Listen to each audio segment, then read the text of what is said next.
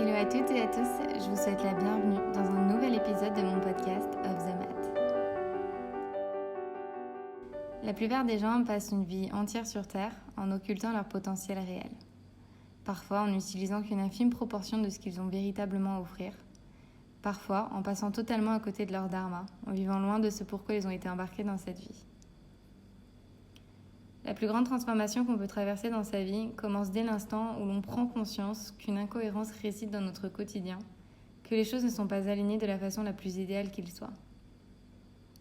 Cette prise de conscience peut être conscientisée ou totalement accidentelle. Ma transformation à moi, elle s'est produite au moment où mon mental a envoyé un message à mon corps en lui disant stop. Je n'ai pas eu vraiment le choix que d'écouter, mais j'aurais pu écouter et fermer à nouveau les yeux. À la place, j'ai choisi d'écouter, de comprendre, de mettre des mots, d'accomplir. J'ai choisi d'investir dans ma santé, oui, mais aussi et surtout dans mon potentiel réel. Mais cela, je ne le savais pas encore à ce moment-là. Quand j'ai emménagé dans mon premier appartement vide à Paris, j'étais excitée à l'idée de créer un cocon qui serait à mon image. Un lieu qui me serait propre.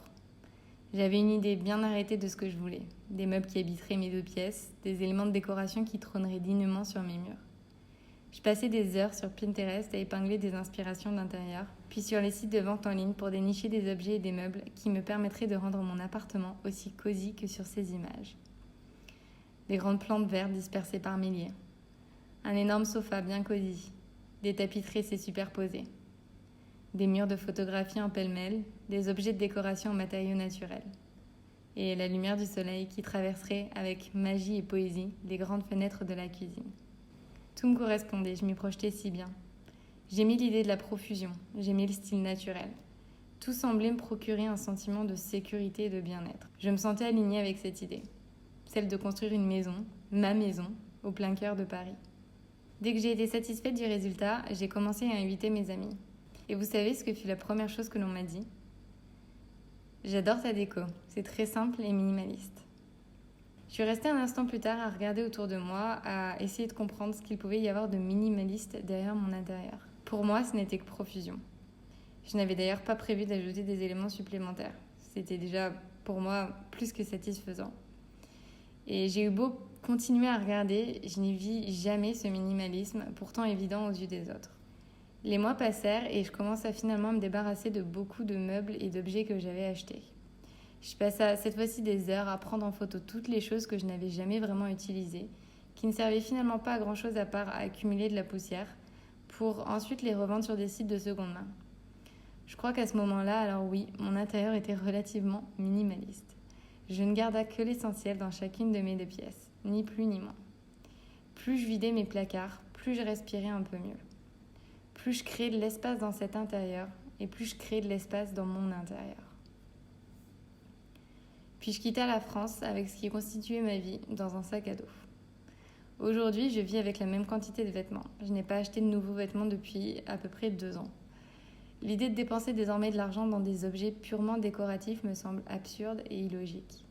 L'idée de remplir ma garde-robe avec plus de tenues qu'il n'y a de jours dans la semaine me semble un peu démesurée. C'est comme ça que naturellement, ma vie a commencé à se construire de la manière dont elle aurait dû se construire, simplement et immatériellement. En partant vivre loin de ma famille et de toutes ces personnes qui me sont chères, j'ai davantage réalisé des choses qui avaient de l'importance pour moi. Et celles qui me permettaient d'être heureuse. Les moments, les expériences, les rencontres, les rires, les larmes, les odeurs, les saveurs, les musiques, le mouvement, le voyage, la découverte. Au lieu de dépenser mon argent dans des choses matérielles qui finalement m'encombreraient plus qu'autre chose dans mon périple et qui n'auraient finalement pas d'impact réel dans mon quotidien, j'ai fait le choix conscient d'investir dans mon potentiel et dans les choses qui me passionnent le plus. Plus ma vie se désencombre, plus l'espace intérieur s'agrandit. Plus j'ai de la place pour me nourrir de choses et de personnes qui me passionnent et qui nourrissent ma pratique, qui nourrissent ma vie. Je vais bientôt avoir 30 ans et je réalise avec fierté le chemin parcouru. Mon regard sur ma vie s'éclaircit, ma vision de ma vie parfaite se dessine. Je découvre des modes de vie qui m'inspirent, des personnalités qui m'émerveillent.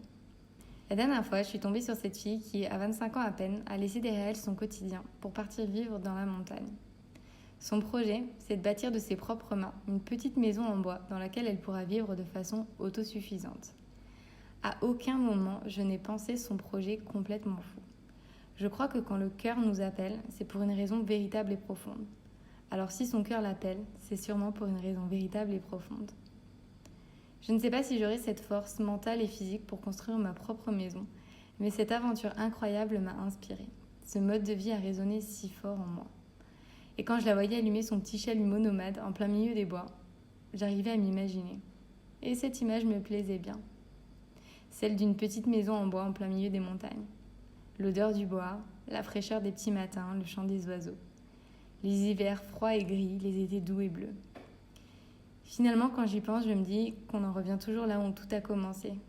Que l'on peut faire 1001 fois le tour du monde, notre maison restera probablement celle qui nous aura vu vivre et grandir. Hier encore, je conscientisais à nouveau cette réflexion. Plus j'y pense et plus ça m'aide à me projeter. Plus je laisse du temps s'écouler, plus j'ancre ce projet en moi et plus j'y trouve une destination. J'ai sorti ensuite mon carnet magique pour écrire. Écrire à quoi ressemblerait ce chez moi parfait, ces choses nécessaires pour que je puisse me sentir bien. Des petits détails aussi, surtout, comme préparer moi-même mon lait et mon tofu, récolter les fruits et les légumes de mon potager, ranger mon riz, mes épices et mes noix dans des bocaux en verre, avoir une cheminée, adopter un chien, construire une grande plateforme en bois pour pouvoir faire mon yoga. Quand je pense à toutes ces choses, je n'ai pas le sentiment qu'elles soient irréalistes. Je n'ai pas l'impression que ce rêve soit utopique ou inatteignable. Je crois que ce rêve, c'est en réalité un vrai projet de vie. Voyager, c'est chouette. Vivre en Asie, c'est facile. Mon quotidien en ce moment me plaît. Cette vie est douce et belle. Mais je crois que ce n'est pas la vie à laquelle j'aspire. Ça ne peut pas être la vie à laquelle j'aspire, tout simplement parce que tous ces petits rêves ne sont pas compatibles avec cette vie. Pour autant, je laisse du temps au temps. J'ai largement appris à vivre dans l'instant présent, à profiter de chaque moment lorsqu'il se présente à moi. Viendra ce jour où j'aurai besoin de partir à nouveau, de construire à nouveau, différemment sûrement. J'aurai 30 ans dans quelques mois et toute cette réflexion n'est peut-être pas si étonnante. Il doit y avoir un moment dans la vie où notre esprit commence à penser différemment, où il s'assagit, où il envisage la suite avec plus de maturité et de simplicité. Peut-être que le minimalisme n'est pas fait pour vous, mais quand même, j'aimerais vous inviter à la réflexion. Lorsque vous achetez un nouveau vêtement ou un nouvel objet, posez-vous la question de pourquoi vous l'achetez. Si c'est un besoin réel, allez-y. Mais si c'est un simple plaisir superficiel, alors demandez-vous en quoi cette superficialité vous servira-t-elle ? À impressionner les autres ? À confirmer votre réussite professionnelle ? Peut-être à remplir un vide ? Regardez dans votre armoire. Combien de paires de chaussures n'avez-vous jamais ou quasiment jamais portées ? Quelle était la raison qui vous a poussé à l'acheter ? Pensez aux objets qui, eux, ont de la valeur pour vous et qu'au grand jamais vous n'aimeriez vous séparer.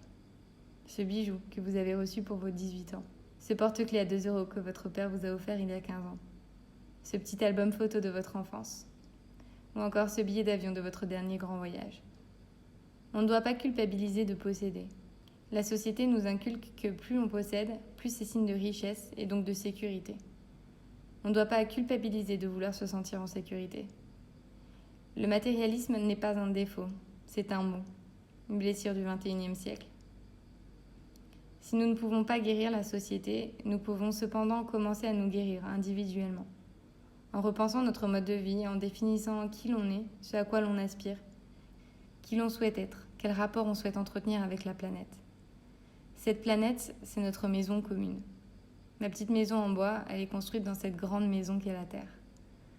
On ne peut pas chercher la sécurité sans chercher à sécuriser la planète. On ne peut pas chercher la sécurité sans prendre soin de la Terre. Parce que prendre soin de la Terre, c'est prendre soin de sa propre maison. Alors posez-vous la question, quel est l'intérêt de posséder ? Posez-vous la question, quel est finalement l'intérêt de posséder des choses extérieures lorsque tout l'or du monde réside en fait déjà à l'intérieur de soi ?